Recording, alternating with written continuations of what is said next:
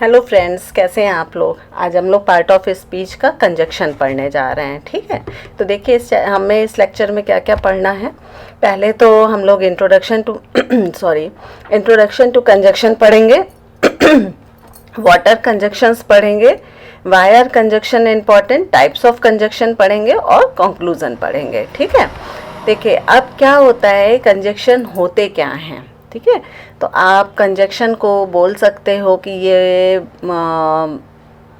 मौसी हैं या बुआ हैं। ठीक है, जो रिश्तों को जोड़ती हैं, जो हमारे रिलेशनशिप को जोड़ के रखती हैं। ठीक है, तो कंजक्शन क्या होते हैं, कंजक्शन जॉइनिंग वर्ड्स कहलाते हैं।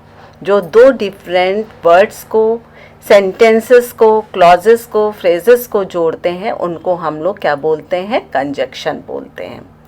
क्लियर है, समझ रहे हो, क्या बोलेंगे, कंजक्शन इनको बोलेंगे। ठीक है, तो देखिए अब हम लोग को क्यों कंजक्शन पढ़ना क्यों चाहिए भाई, क्या ज़रूरत है हमें कंजक्शन पढ़ने की। ठीक है, इसलिए बेटा पढ़ना चाहिए हम लोगों को कि दे improve your writing by making it clearer and more interesting. अगर आप कंजक्शन का यूज़ मतलब करते हो तो आपका जो सेंटेंस होगा बहुत इंटरेस्टिंग लगेगा और आप कहना क्या चाह रहे हो वो क्लियर लगेगा आपका। ठीक है, दे show different relationship between ideas in your sentence. आपके सेंटेंस में आपके आइडियाज़ रिलेशनशिप शो करता है। ठीक है, तो कंजक्शन आपका इसलिए ज़रूरी होता है। ठीक है, अब इसमें टाइप्स ऑफ कंजक्शन देखिए पढ़ेंगे। टाइप ऑफ कंजक्शन देखिए क्या होता है।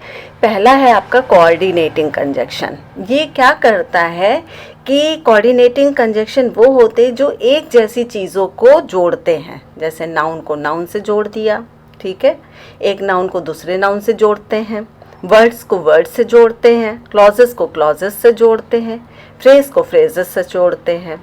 समझ रहे हो, तो ये क्या होते हैं, कोऑर्डिनेटिंग कंजक्शन होते हैं। ठीक है, तो देखिए इसमें एक एग्जांपल देखते हैं। जैसे आप समझ रहे होगे, जैसे most children like cookies and milk. Most children like cookies and milk, तो कुकीज़ क्या हो गया, नाउन हो गया, और आपका मिल्क क्या हो गया, नाउन हो गया। ठीक है, तो ये दो सिमिलर टाइप के नाउन आए, कुकीज़ और मिल्क। ठीक है, नाउन हो गए दोनों। ठीक है, तो यहाँ पे क्या हुआ, ये आपका कोऑर्डिनेटिंग कंजक्शन कहलाएगा। समझ रहे हो। ठीक है, अब इनको याद रखने के लिए एक ट्रिक बताई गई है, फैन बॉयज़ करके। ठीक है, फैन बॉयज़ देखिए क्या होता है, एफ फॉर क्या होता है, फॉर होता है। ठीक है, ए फॉर एंड होता है, एन फॉर नॉर होता है, बी फॉर बट होता है, ओ फॉर और होता है, वाई फॉर येट होता है, एस फॉर सो होता है। ठीक है, तो फॉर हम लोग कहाँ पे यूज़ करते हैं, इंट्रोड्यूसेस एन एडिशनल रीज़न और एक्सप्लेनेशन। मतलब कहीं पे फॉर वहाँ पे यूज़ होता है जहाँ पे कोई पर्पस हो या कोई रीज़न आ रहा हो, वहाँ पे फॉर का यूज़ होगा। ठीक है, जैसे example, I drank water for I was thirsty. भाई उसने पानी क्यों पिया, क्योंकि उसको प्यास लगी थी। ठीक है, मैंने पानी इसलिए पिया क्योंकि मुझे प्यास लगी थी, इसलिए इसका रीज़न है। ठीक है, इसीलिए तो पानी मैंने पिया, मतलब तो मैं पानी पी नहीं लूँगी। ठीक है, प्यास नहीं लगी है तब भी मुझे पानी पीना है, तो रीज़न है, कोई पर्पस है, इसलिए वहाँ पे फॉर लगता है। तो जब भी आप सेंटेंस देखो वहाँ पे कुछ रीज़न आ रहा हो या पर्पस आ रहा हो तो वहाँ पे फॉर लगेगा। देखिए फॉर क्या होता है, बिकॉज का सिनोनिम होता है। ठीक है, तो बिकॉज जब हम लोग अच्छा मतलब ग्रामर लिखते हैं ना या बोलते हैं हम लोग, तो बिकॉज की जगह हम लोग फॉर का यूज़ करते हैं, तो वो ज़्यादा ही इंटरेस्टिंग लगता है, इम्प्रेसिव लगता है। ठीक है, समझ रहे हो। तो फॉर का हम लोग कहाँ पे यूज़ करेंगे, जहाँ पे कोई रीज़न है ना या कुछ पर्पस समझ में आ रहा हो, तो वहाँ पे फॉर का यूज़ करेंगे। एक और एग्जाम्पल लेते हैं, देखिए, I can not come to the party for I am unwell. भाई मैं पार्टी में क्यों नहीं आऊँगी, क्योंकि मैं अनवेल हूँ, मेरी तबीयत सही नहीं है। तो रीज़न है ना, कोई कुछ रीज़न है, इसी वजह से तो पार्टी में नहीं आ पा रहे हैं ना, तो वहाँ पे क्या लग जाएगा, आपका फॉर लग जाएगा। क्लियर है, समझ रहे हो ना। ठीक है, अब देखिए एंड कहाँ पे लगता है, एंड लगता है shows that things happen together और इन सीक्वेंस। ठीक है, जहाँ पे दो सिमिलर चीज़ों की बातें हो रही हो, जैसे फ्रूट्स की, मैंगो, ग्रेप्स, ये सब, ठीक है। फैक्ट्स की बात हो रही हो, क्वालिटी की बात हो रही हो, स्टेटमेंट कोई हो, ठीक है, तो वहाँ पे एंड लगेगा। देखिए जैसे हरी इज टॉल एंड हैंडसम, है ना। अब टॉल भी है, हैंडसम भी है, तो वहाँ पे हमने बीच में क्या लगा दिया, एंड लगा दिया। हरी इज टॉल एंड हैंडसम, और पॉजिटिव चीज़ के लिए हो रही है, सेम चीज़ों के लिए हो रही है। भैया वो लंबा भी है और सुंदर भी है, हैंडसम भी है, ठीक है। यहाँ पे कहीं कॉन्ट्रास्ट नहीं आया है, ठीक है, सिमिलर चीज़ आई है, टॉल भी है, हैंडसम भी है, ठीक है। तो इसका हम लोग मतलब यहाँ पे इस तरीके से हम लोग करते हैं, जैसे मैंगो बोल दो, बनाना बोल दो, एंड ऑरेंज बोलेंगे हम लोग, समझ रहे हो। तो वहाँ पे एंड का यूज़ होता है। अब भाई देखो नॉर कहाँ पे यूज़ होता है, नॉर हम लोग का निगेटिव सेंटेंस के लिए यूज़ होता है। किसके लिए, निगेटिव सेंटेंसेस के लिए होता है, ठीक है, जहाँ पे निगेटिव चीज़ों की बात हो रही होगी। देखिए यूज़ फॉर निगेटिव चॉइसेस और ऑप्शन, ठीक है। इसका नॉर का मीनिंग होता है एंड नॉट, मतलब ये खुद ही एक निगेटिव वर्ड है, ठीक है। एंड नॉट, नॉट हम लोग कब लगाते हैं, जब हमें कोई सेंटेंस निगेटिव बनाना होता है, तो ये ऑलरेडी एंड क्या मतलब है, एंड नॉट, इसका मीनिंग एंड नॉट होता है। ये निगेटिव, पूरा फुल ऑफ निगेटिविटी भरा हुआ इंसान है ये, है ना, नॉर, ठीक है। तो जैसे हम लोग बोल सकते हैं he doesn't eat cake nor does he eat biscuit, है ना तो उसको केक खाना पसंद है और ना ही उसको बिस्किट। तो बंदे को पसंद क्या है भैया, केक को बिस्किट नहीं पसंद है, तो फुल ऑफ निगेटिविटी है, ठीक है। तो और एक चीज़, जो अगर आप नॉट लगा रहे हो तो मेन वर्ब में, हेल्पिंग वर्ब में आपका नॉट नहीं आएगा, ठीक है, क्योंकि नॉर ऑलरेडी ही निगेटिव है, ठीक है। तो नॉर का यूज़ हम लोग निगेटिव चीज़ों के लिए ज़्यादा करते हैं, जहाँ पे निगेटिव चीज़ की बात हो रही है, ठीक है, समझ रहे हो, आ गए समझ में। चलो अगर कुछ डाउट है तो प्लीज़ हमें कमेंट सेक्शन में बताइएगा ज़रूर। अब देखिए बट का यूज़ हम लोग कहाँ पे करते हैं, इंट्रोड्यूसेस अ कॉन्ट्रास्ट और अपोजिंग आइडियाज़। कहाँ पे होता है, जहाँ पे दो अपोजिट चीज़ों की बात हो रही हो, है ना, अपोजिट डायरेक्शन जा रहा हो, बिल्कुल, ठीक है। जैसे he is sharp but very careless, sharp भी है तो शार्प वो, लेकिन बहुत केयरलेस है, अपोजिट ही तो हुआ, ठीक है, क्या हुआ, अपोजिट हुआ ये, ठीक है। तो बट वहाँ पे लग जाएगा, ही शार्प, वो शार्प माइंड है, बट वेरी केयरलेस, मगर बहुत केयरलेस बंदा है, ठीक है। तो वहाँ पे क्या लग जाएगा, बट लग जाएगा, क्लियर है ना। बट कहाँ पे लगेगा, जहाँ कॉन्ट्रास्ट बात हो, अपोजिट आइडियाज हो, ठीक है, तो वहाँ पे हम लोग ये लगा देंगे, बट लगा देंगे, ठीक है। अब भाई और कहाँ यूज़ होता है, और का यूज़ होता है ऑफर अ चॉइस और अल्टरनेटिव। आपके पास कहीं कोई चॉइस है, पॉसिबिलिटीज़ हैं, तो वहाँ पे और का यूज़ लगाओगे, ठीक है। पॉसिबिलिटी की बातें, मतलब सेंटेंस में पॉसिबिलिटी दिख रही है या चॉइस है आपके पास। जैसे मान लीजिए एक एग्जांपल लेते हैं, which colour do you want, खेलते हैं ना हम लोग tippy tippy top, which colour you want, है ना, ये अलग गेम आपको याद होगा, ठीक है। तो इसमें जैसे ये बोला मैंने, विच colour do you want, red comma green comma yellow और ब्लू, तुम्हें कौन सा कलर तुम्हें चाहिए, इसमें चॉइस आई है, ठीक है। तो वहाँ पे हमने क्या लगा दिया, और लगा दिया, समझ रहे हो। तो जहाँ पे चॉइस हो, अल्टरनेटिव हो, पॉसिबिलिटीज़ हो, वो हम वहाँ पे क्या लगा देंगे, और लगा देंगे, क्लियर है ना, ठीक है। समझ में आ रहा है कि नहीं आ रहा है। चलो अब देखते हैं यट हम लोग कहाँ पे लगाते हैं। यट मतलब क्या होता है, connects contrasting ideas often with a surprising twist, है ना।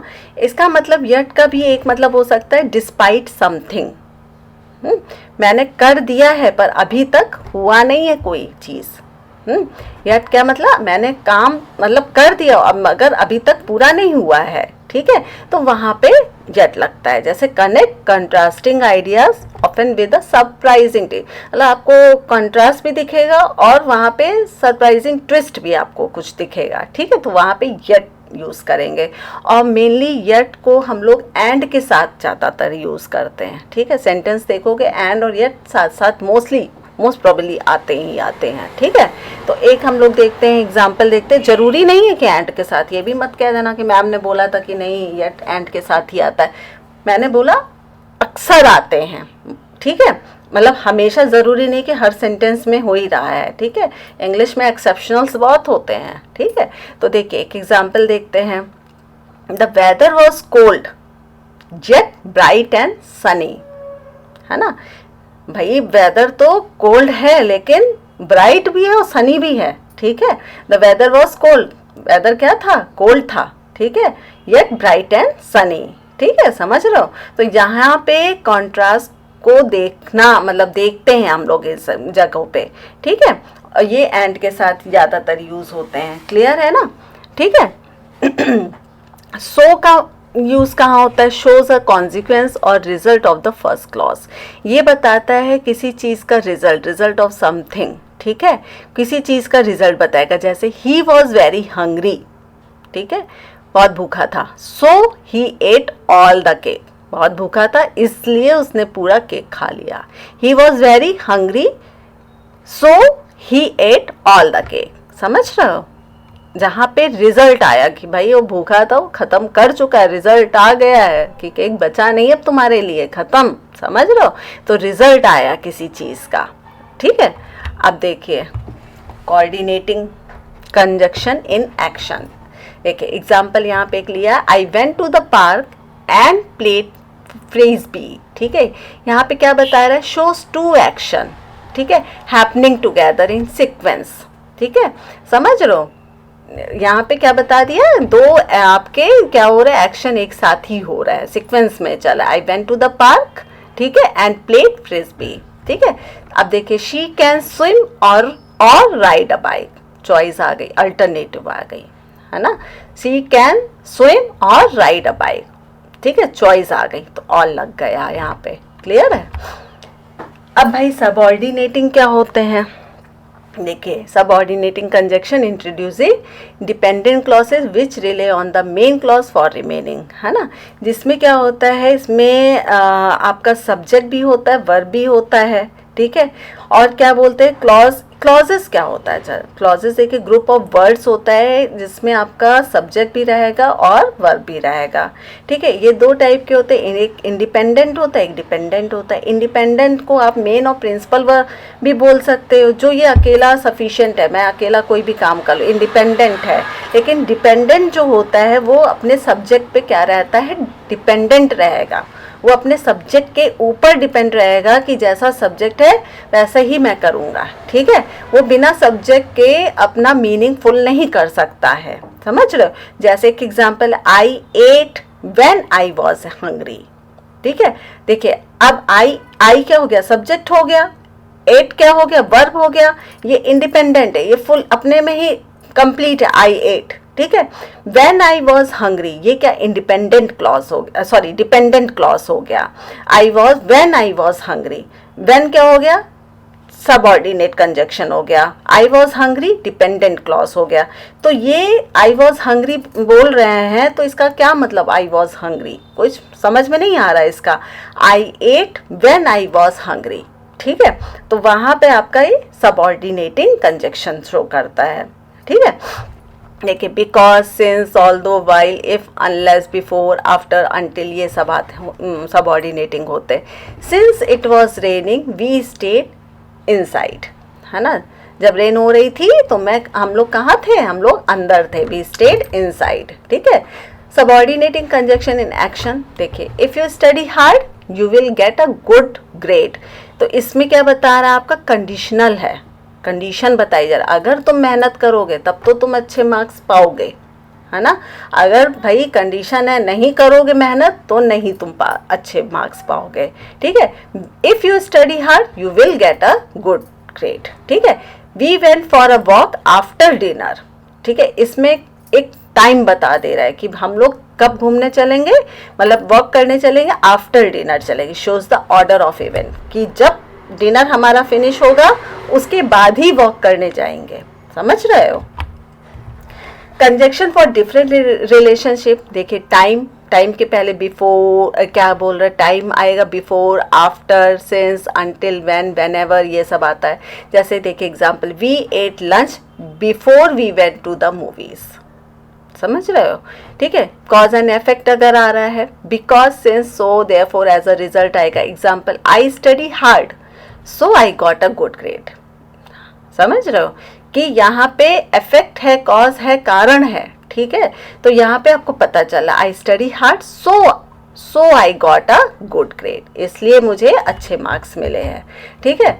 Conjunction for different relationship, contrast, अगर कंट्रास्ट है तो हम लोग क्या लगाएंगे, but, yet, however, although, while लगाएंगे। Example, I love pizza but, का हमने बोला था जब बट कहाँ लगता है, कॉन्ट्रास्ट हो, अपोजिट चीज हो। But I don't like pineapple on it, मुझे पिज्जा तो पसंद है लेकिन उससे पाइनएप्पल नहीं पसंद है, ठीक है। कंडीशन अगर है, इफ, अनलेस, वेदर लगाएंगे। If you finish your homework you can play video game, है ना। तो क्या कह रहे हैं, अगर तुमने अपनी कंडीशन रख दी है पापा ने या मम्मी ने कि अगर होमवर्क फिनिश हुआ तभी तुम्हें वीडियो गेम मिलेगा, otherwise you will sit alone, है ना, कि ऐसे नहीं मिलने वाला भैया, कुछ काम करोगे तभी मिलेगा, ठीक है। तो यहाँ पे आ गया। अब देखिए इसमें कंक्लूजन क्या, कोऑर्डिनेटिंग कंजक्शन, जो फैन बॉयज आपको हमने एक वो बताया था, connect ideas of equal importance, subordinate conjunction introduce dependent clause that relay on the main clause of for a meaning. बोल रहे हैं कोऑर्डिनेटिंग जो कंजक्शन होता है पूरा फैन बॉयज पे ही, मतलब उसमें आइडियाज़ हम लोग शेयर कर रहे हैं, है ना। और सबऑर्डिनेटिंग डिपेंडेंट क्लॉज होता है लेकिन वो मेन वर्ब पे डिपेंडेंट रहता है अपने मीनिंग को फुलफिल करने के लिए। कम सही है, समझ में आया। अगर आपको कोई क्वेश्चंस हो regarding conjunction, please don't hesitate and ask me and comment मी, ठीक है। मैं आपका डाउट सॉल्व करूँगी, ठीक है। तो प्लीज़ आप लोग पेज को चैनल को लाइक करिए, सब्सक्राइब करिए, शेयर करिए। लाइक नहीं करते हो, पसंद नहीं आता है क्या, प्लीज़ लाइक करो उसको, ठीक है। और शेयर भी करो अपने फ्रेंड्स के साथ, ठीक है, जैसे ज़्यादा से ज़्यादा लोगों के पास पहुँचे। और जो आपको अब कंजक्शन हो गया है, अब देखते हैं आगे क्या पढ़ाना है मुझे, ठीक है, या आपको जो पढ़ना है वो कमेंट सेक्शन में आप मुझे बताओ, मैं उसको आगे कंटिन्यू करूँगी, ठीक है। Please like, share and subscribe, ठीक है। Thank you so much, thank you for joining.